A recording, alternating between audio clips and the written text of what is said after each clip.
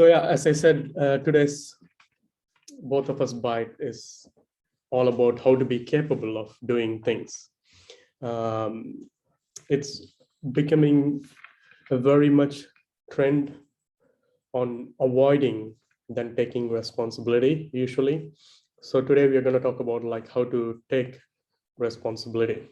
So for taking responsibility, one of the key important feature that everyone should have is being self-driven. And being self-driven is not that easy because it will be affected by the circumstances you guys are in usually. So the very first exercise that you all can follow on any given scenario to be self-driven is asking 4 simple questions. So you can always ask whenever you want to be self-driven, if you can do something. Let's say that you want to achieve something in life or a task or in work, anything. The first question is always, can you do it? So when you ask this question, can you do it? You will most likely get a clear answer if you can do it or if you can't do it. So this question is not to identify yes or no kind of answer. It's more to identify how you feel about it in the initial phase. Even when the answer is no sometime, but still you want to do it, you know. So the next question you ask yourself is, do you have the time, knowledge, and education to do certain things, whatever you want to achieve? So if it's work related, then of course you have the time, knowledge, and education. This is really important for being self-driven, is when you need any of this, right? Like time, knowledge, or education, then you need to ask for it. Hey, I need more time to do this. I need more knowledge to do this. So you approach someone with you think has better knowledge on that to kind of get advice and get it done. And education is really important. This is not training. This is about education. Education is slightly different than training. So you need to have education of what you're going to do. And the third important question you want to ask to yourself is, will it work? If you do it, will it work or not? Because at the end of the day, if you spend like 3 months working on something, and then if it's not going to be completely working at all, I'm not saying 100%, but I'm saying it's not even going to work anything at all, then it's not helpful with time. So it needs to be somewhere working as well. So it is really, really important. And the fourth one is it worth it? You know, like the consequences are really important. Will it be worth your time and energy and knowledge to do it? Right? These are the 4 questions. These are like exercise that you guys can do. So the first one is, can you do it? Do you have the time, knowledge, and education? That is second thing you usually ask. Can you make it work? Will it work? And is it worth it? The consequences. So the first, before seeing how to be more self-motivated, you need to know what are the common culprits of self-motivation. What are the things that can damage your confidence, right? So first thing is call of duty. So in personal life or in work, anywhere you go, you are always responsible to answer to someone. It could be your parents, it could be your girlfriend, boyfriend, it could be your husband, wife, kids, it could be your managers in the office. So when you start to set your mindset in a way that, oh, I need to be answerable for this person or this thing, which is okay, but if that is going to be the primary driving behind your work ethics or personal ethics, it's not going to be good. It's basically that you need to feel inspired based on what you do. Then only you will be able to have self-motivation. So you should love what you do and you should enjoy what you do. Not do it for the sake of the managers or someone in your personal life. So then the second important culprit is being doubtful about your own ability. There is always not a right and a wrong. There is this gray scale in the middle as well. So what you should always understand is you might not succeed on doing something, but giving it a try is really important. You need to give it a try. And even if you fail, the question should always be, have I done one thing better than last time? Or did it got worse than last time? If it got worse than last time, then the problem is with ourselves. We need to change that. We need to do at least one thing better than last time when we failed. That's really, really important. Then when we are failing, the third culprit is obviously we all feel guilty. We said we are going to complete something by today evening, we cannot complete it, and then we feel guilty. Then we overwork, which destroys our health. When health is destroyed, everything is gone. So guilty feeling is the major reason for most of the failure when it comes to health. So the very important thing is to avoid this guilty feeling. How you can do that is when you twist it around and see like every failure is a learning. But you need to set yourself the goal, like, okay, I failed this time because of these reasons. So I know next time when I'm going to do things, I will succeed by avoiding doing those mistakes. This is only possible if you self-learn yourself why you fail, why you cannot do a task within the time you promised, why you cannot do a personal thing which you promised someone to do. So this is possible only when you read yourself when you fail. And the other major reason for self-motivation is kind of being spoiled, is too serious about everything, right? Like that's not going to work in life. If you're too serious in life, even small things which are being said by someone else is going to burn you. And you can always decide who makes your life. Is it you yourself, or is it someone else who is going to take control of your motivation factor? One simple example here is like, let's say we are all working on creating an apps or website, and then suddenly someone randomly who has no knowledge about the product comes in and says, oh, this product is a shit. You can't keep thinking about, oh, they said this product is a shit, I wasted all my energy and blah blah blah. No, you need to think that's completely okay. They are allowed to say that. It's their opinion. But to take it or not, if it's logically applicable or not, is based on my knowledge, because only I have the knowledge on what I'm doing. So use your common sense. That's really, really important. That's the next solution for the culprit blanked out, right? So when things are being blanked out completely, when you're being criticized, or when you're failed, or when you're going through a hard time, just don't blank out. It's completely okay to blank out for some time, but then you need to get with your common sense again and then see, what do I need to do to move only one step forward? That's really, really important, not getting blanked out. And the real core of everything is communication, right? So the communication is really important if you want to stay self-motivated. You can either be rude or you can either be nice. There is no such thing called as good communication. There is only such thing called as bad communication, because you can always keep improving your communication. But we know what is bad communication, and we need to avoid those kind of bad communication. And this is only possible if you respect the people who you are talking to, and if you feel respected when you are talking as well.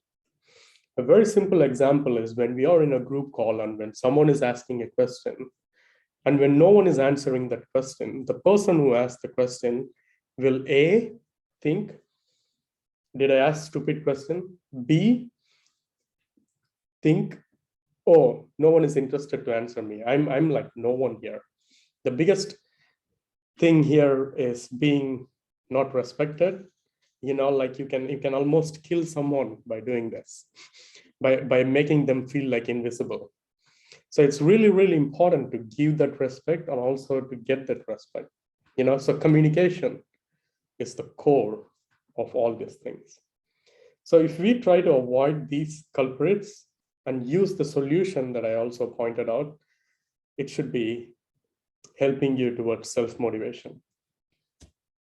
So how should you be self-driven? So for being self-driven, the core of being self-driven is compassion. I need to do something because someone else is dependent on this for me. And I'm stopping them from doing their work because I'm not passing this over. It's almost running in a relay, right? Like you need to pass it to the next runner in front of you to complete the relay. So compassion is really important. Compassion is a very, very deep word. Compassion is not just about, oh, they are waiting for me, I need to give it to them. It's also thinking, oh, they might be getting stressful because of me. They might be in a tough situation because of me. I need to do my work properly. It doesn't matter how I get it done. I need to get it done because I promised them. Keeping up to your own word is really, really important. Compassion is also about being grown up, right? So when we get something to do, and when we are not completing that something, and when someone needs to follow up on us, that's already a failure of self-driven mechanism. If you can't do it, you need to say, I can't do it because of this reason, but I will get it done by this time. That's professional. But if you're just hiding into your own hobbit hole, until someone comes to you and asks, like, okay, what is happening here? That is not professionalism. Professionalism is all about, hey, I can't do it. I'm a human being as well. I need extra time as well. So this is why I need extra time. And this is when I can get it done. That's self-driven feature. And the next thing is also getting things done, right? Like the goal is always to get things done, to move forward. And get things done is really, really important in engineering. The next important thing for self-driven is equality, treating people equal based on the gender, which is very much needed. You need to, all the guys in the group, all the men in the group, all the boys in the group need to actually do their extra effort to make feel like women are treated respectfully and women are given more than equal opportunity, because it's been a long time that men took all the opportunity. Now it's time to give more than equal opportunity to women. So that needs to be in the mind for being self-driven. It goes along with the compassion as well. Then the next thing is competency. When the idea is coming from someone who is an intern, someone who is from a really, really low level, don't stop them. Listen to them. To take it or not is up to you. That's common sense later. But when you stop people from even opening their mouth, that's called discrimination. It's almost same as racism. No one in this group likes racism because we all are receivers, right? Like we all are on the other side of racism. But you need to be standing on the weak side to promote people who feel less confident, because you need to make them as self-motivated as well. And the other important thing is also participation, talking. It's completely okay to be stupid and talk stupid things, but talk. Because at the end of the day, what matters is when you're lying down in a bed and sleeping, you can be happy that you made your effort at least to convey your point. Don't get stopped because someone criticized on you. Just be sensible in your comments and put down properly like what you think. And very important is being skilled, right? Like stay updated in your own zone. When you say something, it should be trustable. When you say this cannot be implemented, this cannot be done, it needs to be trustworthy. If something is coming from a person and they are saying, oh, it's not going to work, and then you quickly Google and 200 other people have done that already, you're not going to trust that person anymore.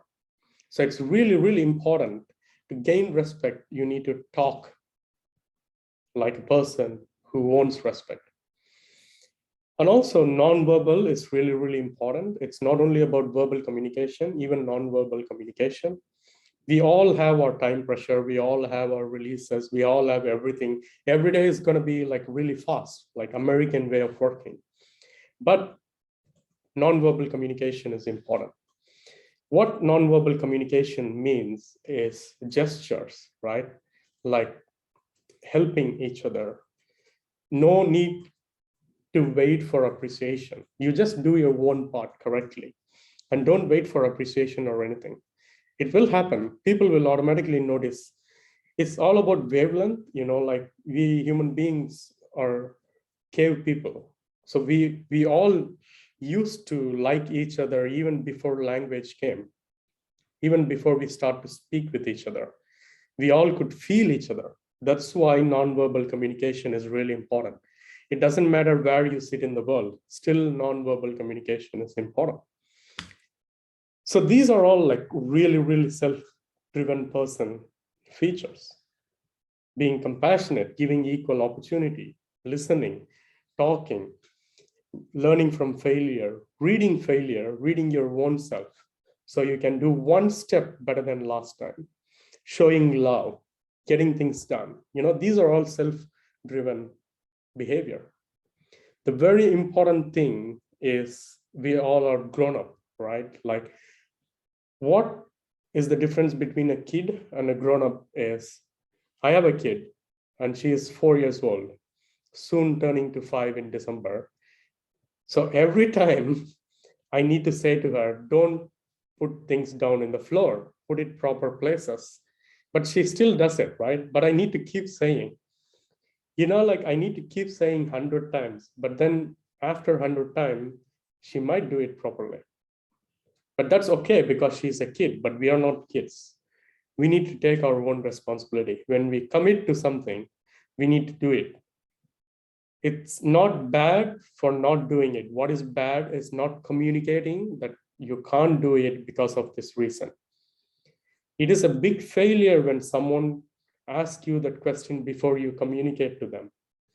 Like you should be fast in communication, that you say to them, hey, I can't do this. I promised I will do this. I can't do this because of these reasons. Then you are winning. It's all about time. Like you need to be faster in time to be more communicative than the person who follows you up, right? If you are always ahead of time, you're always going to be winning. That also gives respect. So the core is speak and listen to be respected and also with respect. It's really, really important. And treat each other. No gender, no personal preference. They could be whatever they want. They could have boyfriends, girlfriends, no boyfriend, no girlfriends. They could be from LGBTQ. It doesn't matter. None of those matters professionally. What matters professionally is communication at the end of the day, right? So that is the core of everything. So that's what I have for today. And with that note, I would like to complete both of us bites for today. And now it's up to you guys to ask questions.